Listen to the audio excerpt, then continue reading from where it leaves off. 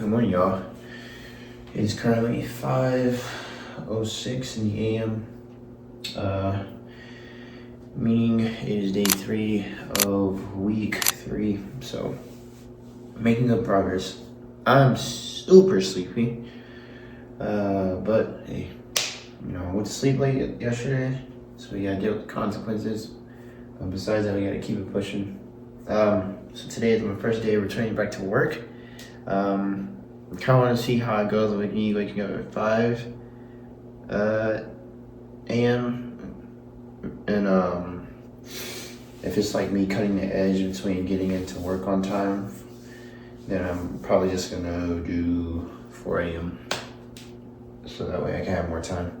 But it's looking like how I'm gonna have every day structured is wake up, eat here, go to the gym, and then I'll shower there and stuff, change, go straight to work. Then before I walk in, I'll look at the markets and stuff. But yeah, let me hurry up and get this day started. Didn't feel like wanting to get up out of the bed, so let me hurry up and start moving on so my body can wake up.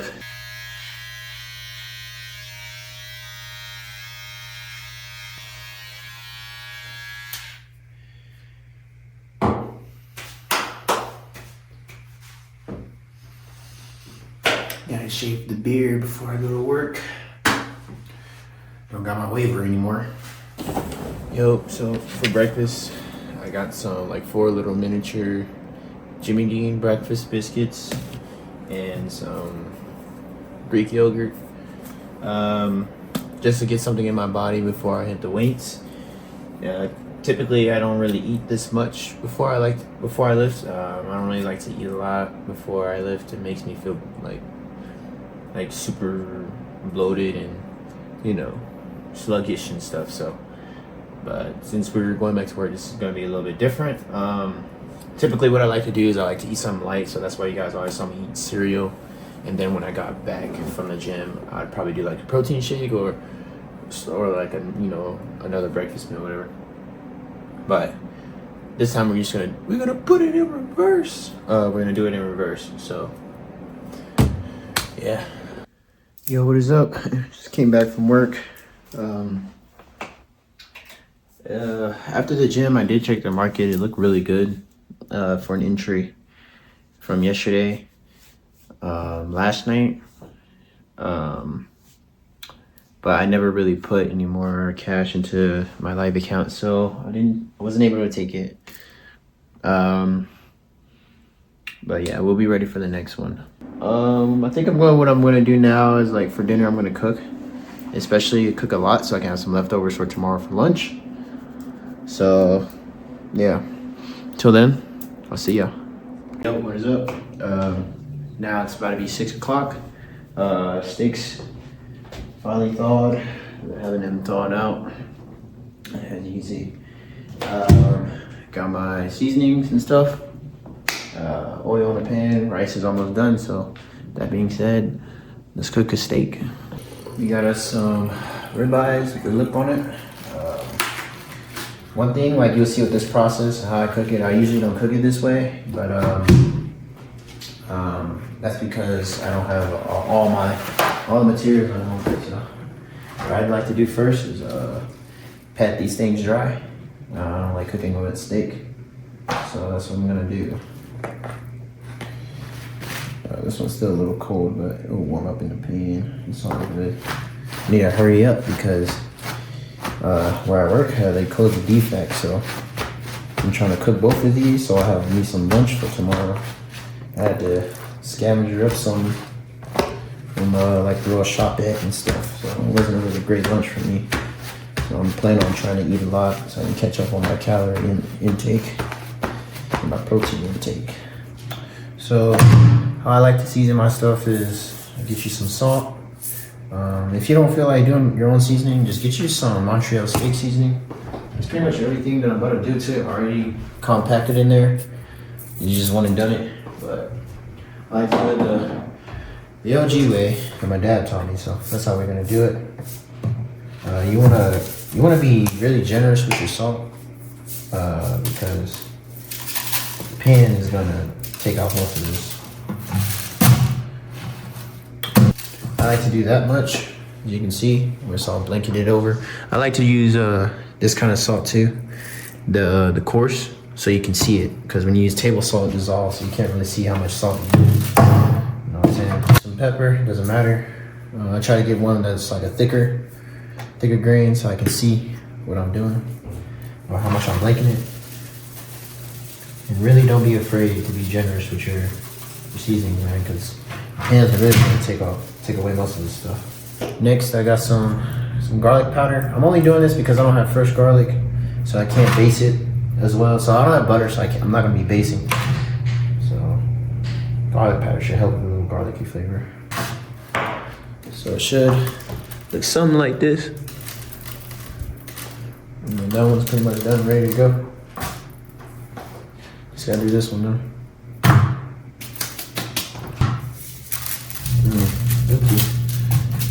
Another thing I like about it too, if you put a little too much, you can just wipe it off.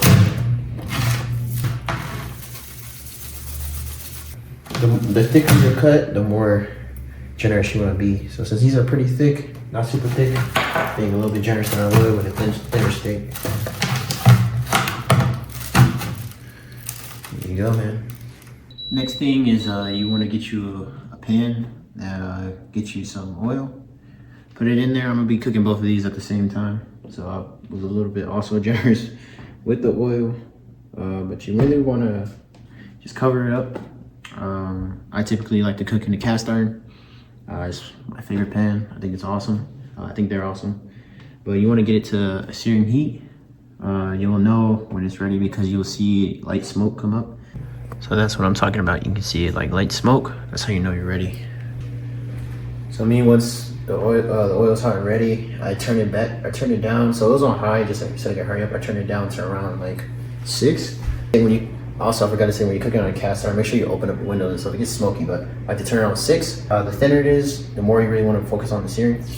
But then you put it in and lay it away. Always lay away from me. Always lay away.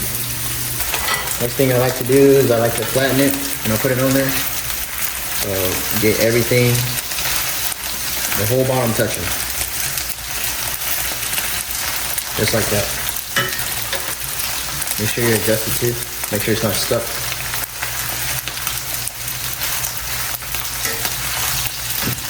Just like that. Oh, sorry, there you go. So when you cook these, it really is just depending on how you like your steak. I'm trying to go for medium, so medium rare. But that depends on how long you cook each side. But typically it's like from 1 to 3 minutes, depending on the rarity. This trick isn't as good as it sounds. It's pretty decent to measure it, but if you have all the thermometers and stuff, just do the internal temperature. That can really help you. Or you can just look at the very sides and stuff, and you see it browning up and stuff like that. And that can also help you as well. For you. Something like this, you know what I'm saying? That's why I say be generous with your seasoning, because you can already see like most of it already came off. So don't be afraid with that salt and pepper, man. One thing I like to do is also put it on the sides and pick the sides. A lot of people neglect this part. I don't. If you're like me, don't neglect your sides. This is gonna make your food that much better and that much more enjoyable.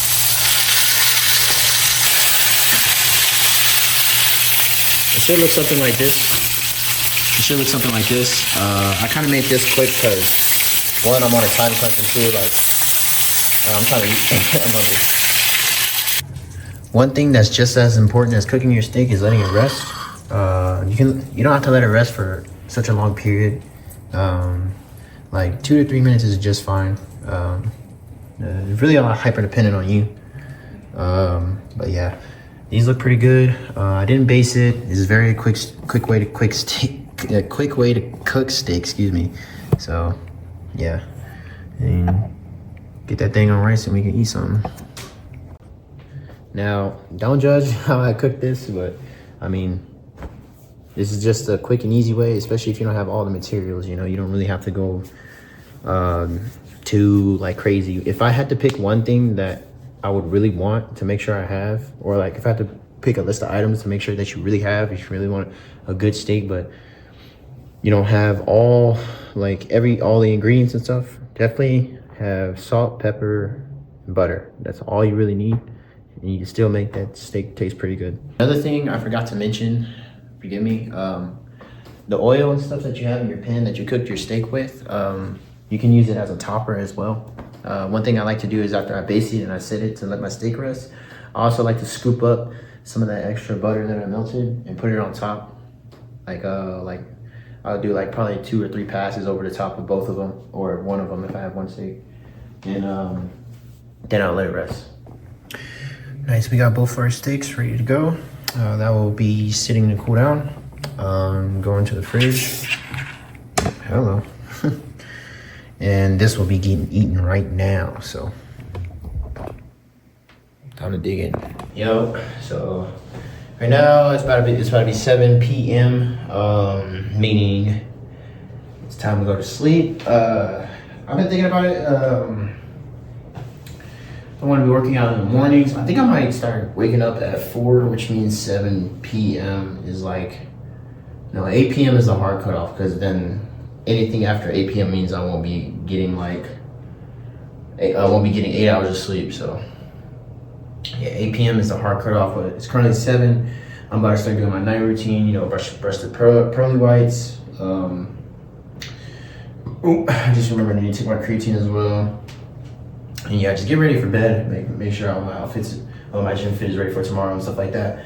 But yeah, I will see you guys in the next video. Peace out.